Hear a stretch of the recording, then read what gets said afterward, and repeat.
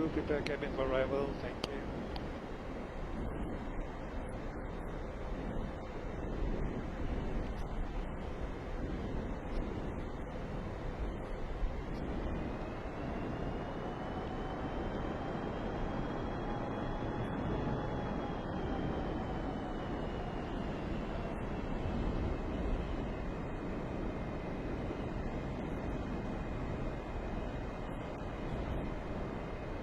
Berikut adalah pesanan daripada pihak berkuasa.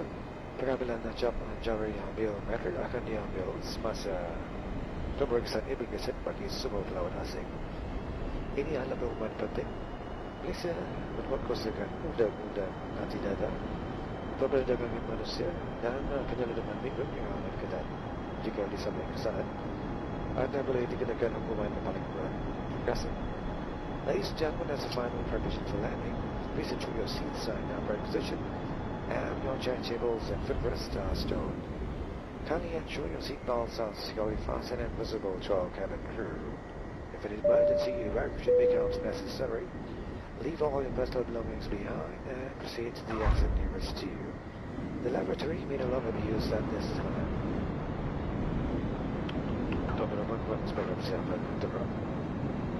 Ladies and gentlemen, it is a safety requirement that you remain seated until the aircraft comes to a complete stop and the seatbelt sign has been switched off.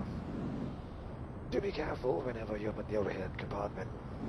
Kindly ensure you do not leave any of your personal items behind. You may use your mobile phones after the seatbelt sign has been switched off.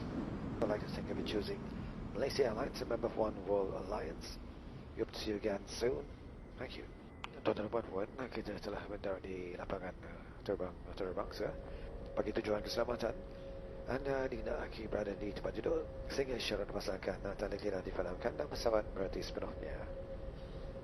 Berhati-hati ketika membuka ruang penyimpanan di atas. Pastikan semua barang kepunyaan anda telah diambil.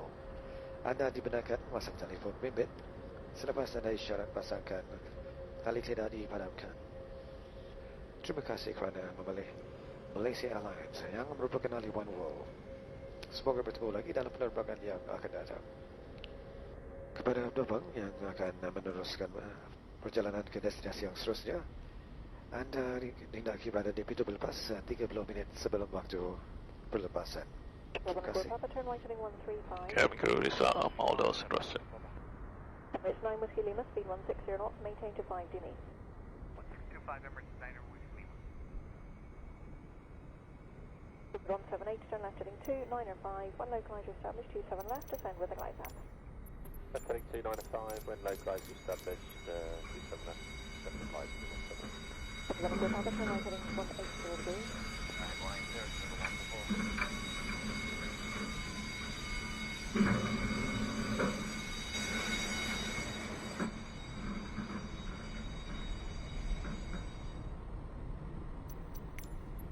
West 9 Whiskey Lima, contact tower 118.5, good night.